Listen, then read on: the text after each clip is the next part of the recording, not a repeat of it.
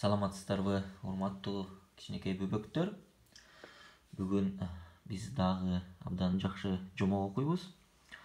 Бул китептин аталышы Петси Байден пирамиден деп айтылат. Бул Петси пирамидаларда дейт. Ушу пирамидаларга барган экен. Ушул жөнүндө китеп окуйбуз. Анда эмесе жакын отурабыз. Баштадык.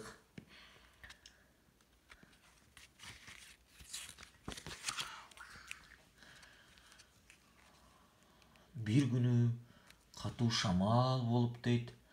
Ошол эртеси күнү бул Петси, Пинго жана Пеле үчөө эшикке чыгышса эле,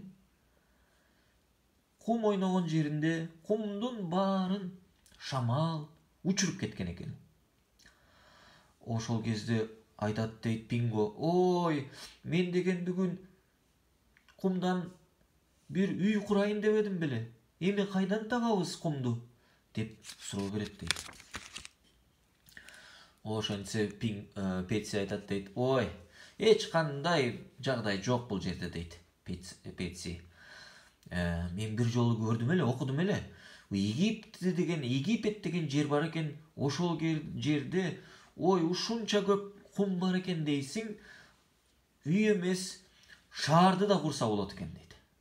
Ошондуктан анда эмесе достор, чогулалы дагы Египтиге кеттик баарыбыз деп, баары кайыгына отуруп алышып, жолго чыгышыптыр.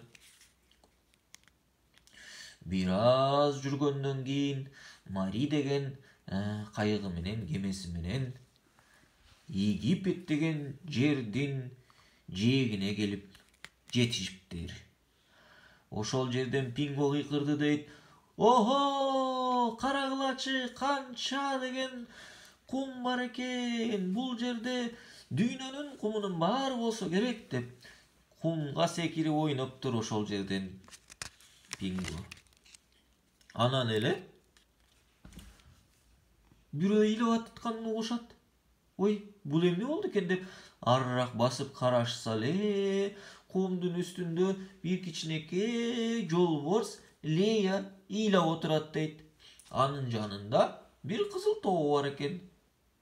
"Эй, эмне болду, Лея?" деп сурады Петси. "Мындай сонун тобу бар бала дагы ыйламак беле? Койчу андайыңды" десе, кичинекей такыр эле токтобой айтат дейт: "Ой, ху деп ыйлап атат дейт да. "Сени эч ким түшүнбөдү, Лея" дейт. "Мен түшүнүгүм боюнча сен ушу бирөөнү жоготкон окшойт. Досуңду жоготтуңбу" десе, Лея деп башын ийкеди дейт. Анан Петси Пеленин оозун ачып туруп, ичинен алысты көрө турган турнобойун алып чыгып, тегерек четин карап жөнөдү. Ары жакта бир кызыктай бир үйлөр турат. Ошол жерден бир карап көрөлүчү, балким бир нерсе чыгар ошол жерден деп достор жөнөп калышты дейт. Бул үйлөрдүн дейт, кире бериши ачык болгон дейт. Ичине кирсең кап-караңгы, эчтеке көрүнбөйт дейт. Бирок дейт, Пеленин оозунда фонарик бар болчу дейт. Аны акырын күйгүзүп караса, тепкичтер бар экен. Ой, бул тепкичтер менен өйдө чыксак болот турбайбы? Жүрүңүлөр анда эмесе достор, кеттик эле деп Петси жөнөп калды. Фонарик менен солду оңду карашса, дубалдарда ушундай сонун сүрөттөр тартылган дейт. Ар кандай жандыктар, жаныбарлар бир нерсе кылып аткан экен дейт. Ой, бул жерде жашаган адамдар бир башкача кызык адамдар болсо керек деп Пеле таң калып карап өтө берди дейт. Анан бир кезде Петси кыйкырып жиберди: "Ой, өйдө жакта карагылачы. Өйдө жакта бир ачык жер бар экен. Анан дагы ыйлаган бирөө угулат. Балким дагы бирөө ошол жерден досун жоготуп отурган чыгар" деп баягылар терезени көздөй чуркап жөнөштү. Карашса эле өйдө жакта бир носорог отурат дейт. "Ой, бул менин Фредерик деген досум да" деп Лея чуркаган боюнча барып Фредерикти кучактап калды дейт. "O Leo, men de seni sagındım. Seni ar bir жерден карап hiç bir taба albadım" dep Frederik aytты дейт.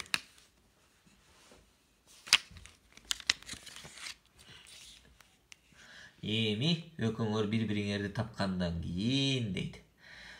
Эми кантип ылдычыбыз деп сурап калды. Ошончо Петси айтат дейт. "Эй Пеле, сенин оозуңда бир 6 даана самын жокпу?" деп сурады дейт. "Бар" деп Пеле жооп берди дейт. Анткени Пеленин оозу ушунчалык чоң экен, Пеленин оозуна бардык нерселер батат экен да. Карагылачы, тырнабой да батат экен, мына самындар да батат экен. Ой гана эмне гана батпайт мунун оозуна. Ошентип ар бири бирден даана самынга отуруп, пирамиданын тамынан ылдый көздөй сыйгананып жөнөштү дейт. Ого, кандай гана сонун дейт. Бат-баттан жерге түшүп, Петси жана анын достору Фредерик менен Лео менен коштошуп, үйдү көздөй жөнөп калышты. Үйгө келгенде Пингу айтат дейт. "Ой, биз такыр эле тиги кумду унутуп койгон турбайбызбы?" десе Петси айтып коет дейт. "Ой, андай бизде деле бар. Тиги көлчөйккө барсаң, андай деле бар" десе. Петси каткырып айтат дейт. "Ой, бул сага эртең менен эле эсиңе келбегени жакшы болуптур. Болбосо, биз бүгүнкү жыргалчылыктын баарын көрбөй калат элек да. Жана Лео менен Фредерикке жардам да бербей калат элек. Кана балдар, көрдүңөрбү? Кандай сонун китеп, Кандай сонун китеп, кандай сонун жомок." Ушинтип Петси достору менен Лео менен Фредерикке жардам берип келишти. Анда силер дагы жардамчы болуп, жакшы балдардан болуп чоңойгула. Көрүшкөнчө.